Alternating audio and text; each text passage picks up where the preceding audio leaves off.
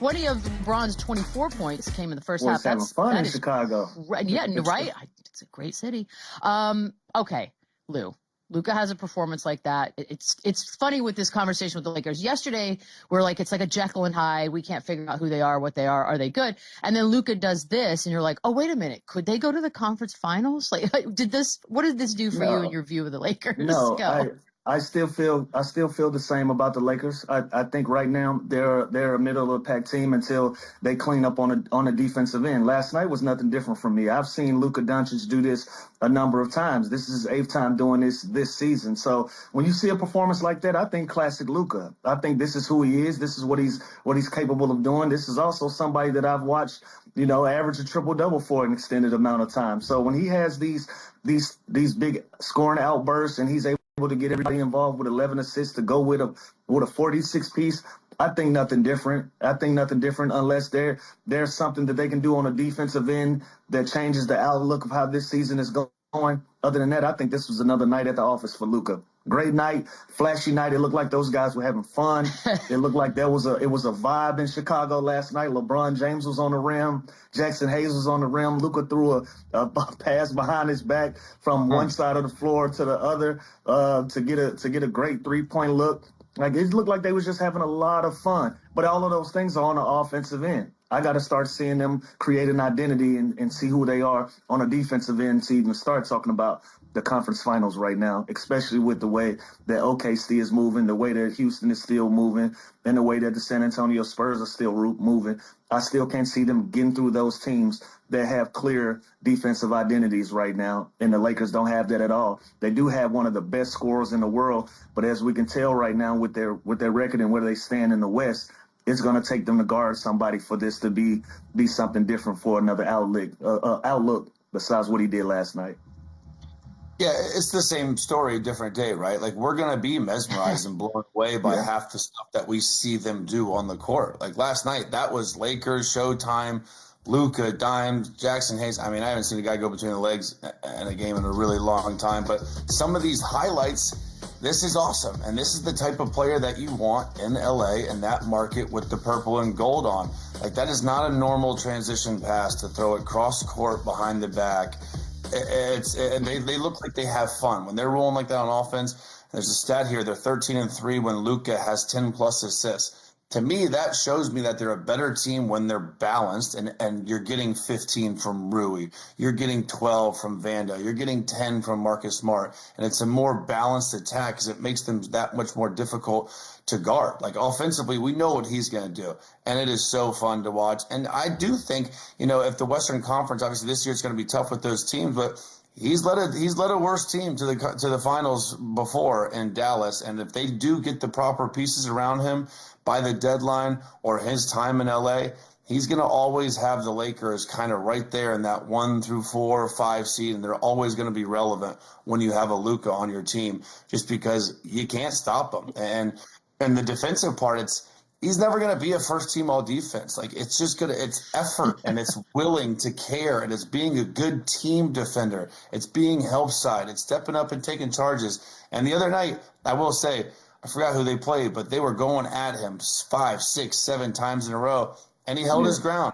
He cut off baseline. He was making extra efforts. Like, that's all they want to see. They want to see him do it on both sides of the ball. Just try. And then go get 46 and go 15 for 25 because they can't stop you on the other end. So if you stop them, you got a real good chance of winning because you are going to score a lot of points with that dude on your team. Dude, 37.3. I'm adding the point this time because it's important. Points a game in the last 4 on the road. That's insane to me. A lot of points. I know. I mentioned the fact that LeBron had 24 points last night. 20 of those came in the first half. So 4 in the second, Chandler. Like, take me through that as a player. How's that work? Honestly, I think this is what the game is going to call for him at this point of his career.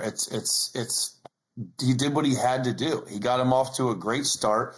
Luka started going bonkers in the second half, but he's still doing all the little things. And we knew he was going to be a man wearing multiple different hats this year for this team. Sometimes he's going to play that point forward offense and just initiate. Sometimes he's going to be aggressive and get downhill, get out in transition and do things like this. You can play through him in the post. You can play him at point forward. You can play through him on the elbow. He can be so effective in so many different spots that I don't even look at this like a negative that he had 4 points, because it's almost like, okay, I'm going to be aggressive early.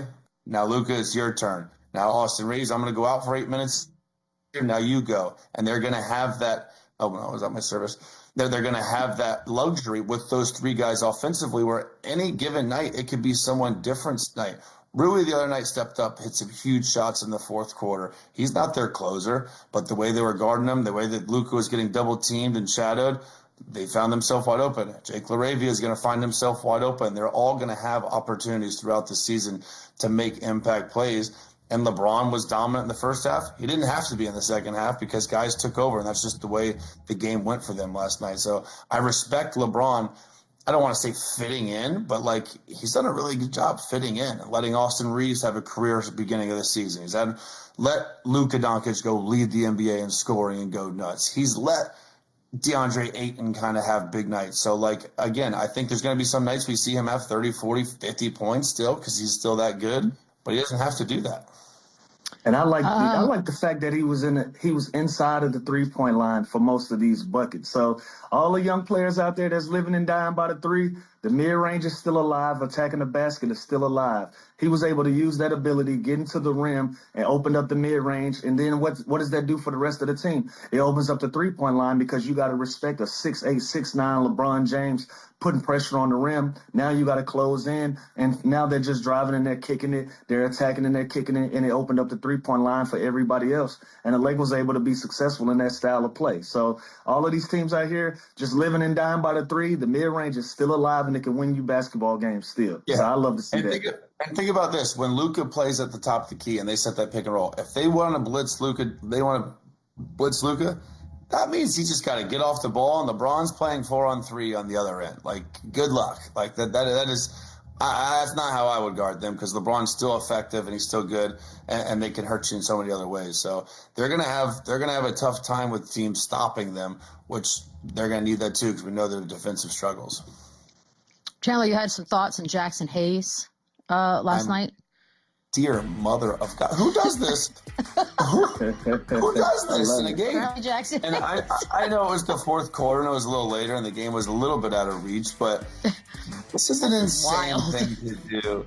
And look at Luka.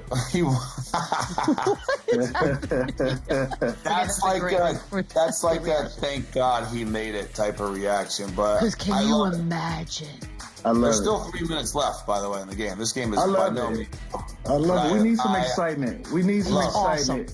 In a season that can get mundane and worn down from time to time, we need a little excitement, somebody to wake us up. So shout out to Jackson Hayes for going forward and attempting this and actually making it. This is a good night for the Lakers. If I'm them, I'm taking this night, I'm balling it up, and I'm saying, listen, for the rest of this road trip, let's have some fun and let's play up-tempo. Let's play together. And let's keep these smiles on our faces and just play a brand of basketball that we can be happy with, where we can have some fun. So I like this. I love it. Yeah, it must have been good vibes last night in the locker room after that one. I know if he would have missed that. By the way, Chicago Bulls fans, I know you got a loss, but you got your money's worth out of seeing the Lakers come to town. Back-to-back great games. Lord. Back-to-back great games in Chicago. For real. That's okay. That's fun. All right, 4-game winning streak. That's part of the problem, though, however. That was snapped last night. Ninth in the standings, Lou. And yes, I don't need to remind you, but maybe others, that Chicago did start out this season red hot, but right now looking at a play-in situation. So yeah, I almost feel like this is deja vu. What do the Bulls do? Do you make moves or do you sit in purgatory? We did this last year.